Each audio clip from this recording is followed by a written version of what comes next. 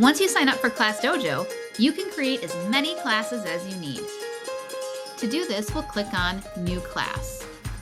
Here, you'll be prompted through the entire setup of creating your new class, starting with changing your class name, and then choosing what grade it's for. If the class that you're creating has multiple grade levels attached, you can always choose Other. Then you can also edit the icon that matches your class, and then click Create. Next, you'll be prompted to add any co-teachers who are helping teach your class or your club. You can scroll through and find their name, or start to type their email in the top. If you don't have any co-teachers, you can click Continue without co-teachers. If you don't want to add co-teachers right now, but you'd like to add it later, you're able to do it at a later time. Once you have added your co-teachers, now it's time to add your students.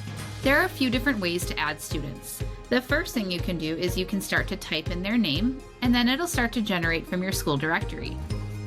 Another option is to copy and paste your student list from a Word document or an Excel spreadsheet.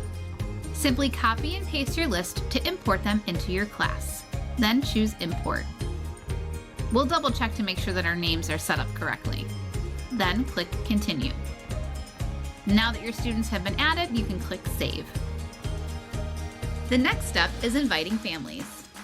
Once connected, family members can see your class story posts and messages. In my Invite Families, I can see that I have 6 families that I still need to connect to my class. If I scroll down, I see that I have 4 family members currently connected to a student. This means that they've probably connected to a student via another classroom, and I don't have to worry about connecting them to mine. Because once parents connect to one class, they're automatically connected to each class that their student is a part of. So right now, I can just worry about the 6 unconnected parents. I can connect them by adding their email or their phone number and sending a direct invite, or I can scroll down and I have a few other options. I can click Get Individual Printouts for all of my parents. I can share an invite link via email, or I can select Get Class Printouts, which is a single printout for all of my families. For this situation, I'd like to do individual printouts. I can choose Print for all families or just my unconnected families. Since I know I have a few families already connected, I'm going to choose unconnected families only. I can also choose, do I want my codes to just include parent codes or parent and student codes if I want my students to connect on ClassDojo as well.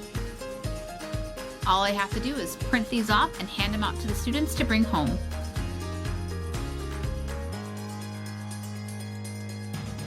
Once my parents are connected on ClassDojo, I can easily communicate with them via sending class story posts or messages.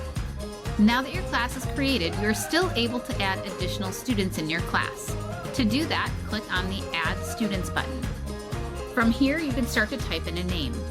Once you start to see the student's name, you may click it, and then save it, and then you can add it to the class. You also have the ability to remove any student from your class. To do that, simply click on the student's name, click Customize, and then Remove Student from Class. This will remove the student from that particular class. If for whatever reason I need to change the spelling of a student's name, I can click on their name, click Customize, and then adjust their spelling. Then click Save. To double check that your class is set up and ready to go, you can always click on the Finish Classroom Setup.